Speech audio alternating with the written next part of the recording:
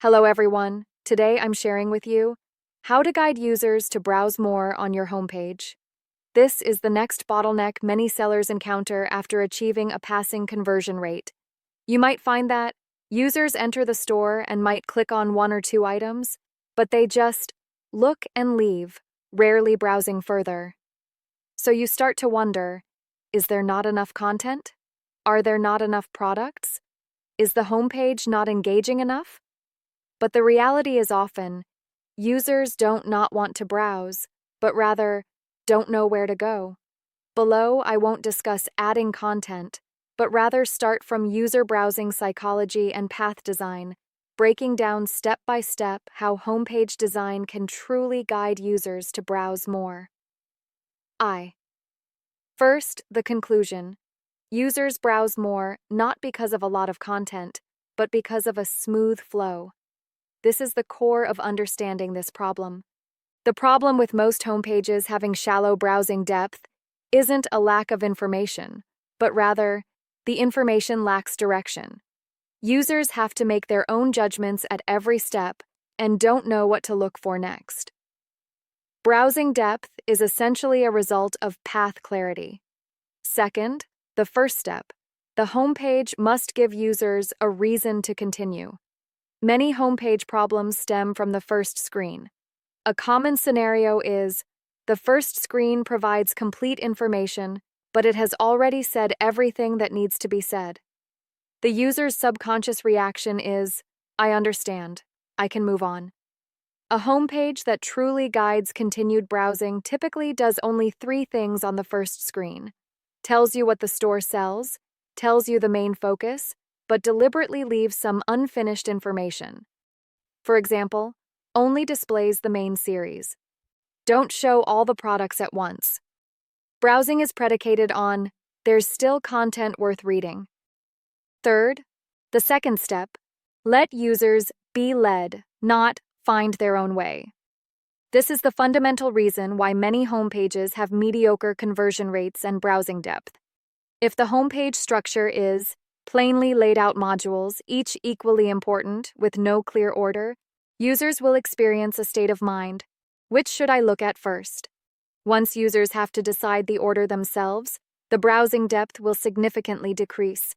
A guided homepage will always achieve clear order between modules, clear visual hierarchy.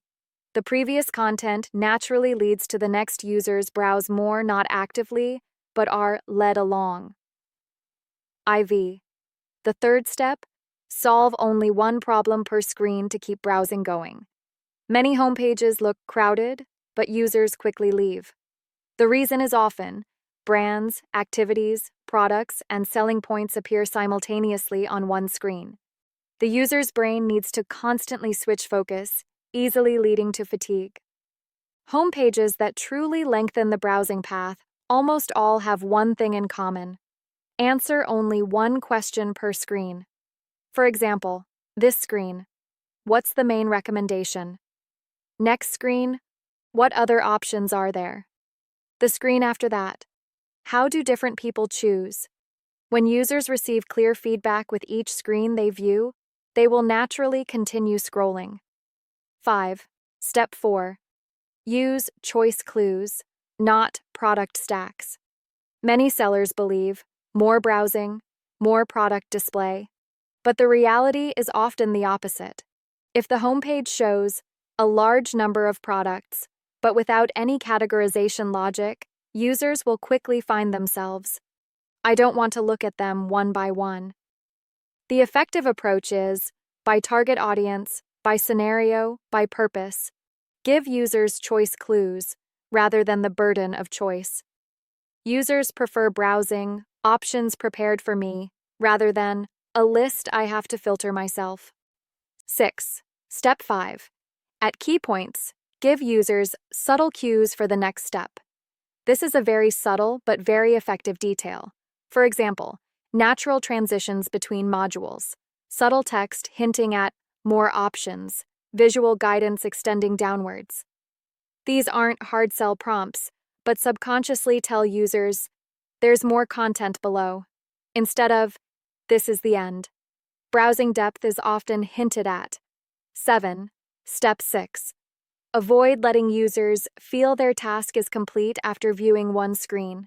This is a very typical exit point. If a user on a certain screen has already understood the main promotion, has already seen the price, has made a preliminary judgment, but you haven't provided where to go next, what else can they see? Then their natural action will be go back, close. Therefore, at key points on the homepage, you must consider, am I giving the user a reason to continue browsing? 8. Why do some homepages seem simple, yet users spend a long time browsing them? You'll find some shops that have a simple homepage and relatively little content, but users spend a lot of time there. The reason is often not better design, but rather, the path is very smooth, the rhythm is very stable, users hardly need to make any judgments. Browsing, in essence, is a guided experience. 9. A very practical homepage, browsing self-check method. From the user's perspective, starting from the first screen of the homepage, ask yourself, do I know what to see next? If I continue down, what new information will I see?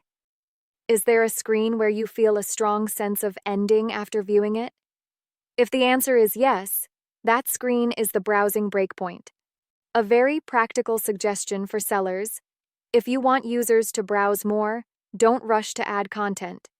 Prioritize 3 things. Clarify the structural order. Reduce the information burden on each screen. Give users a clear but not abrupt next step direction. When users don't need to think about what to do next, the browsing depth will naturally increase.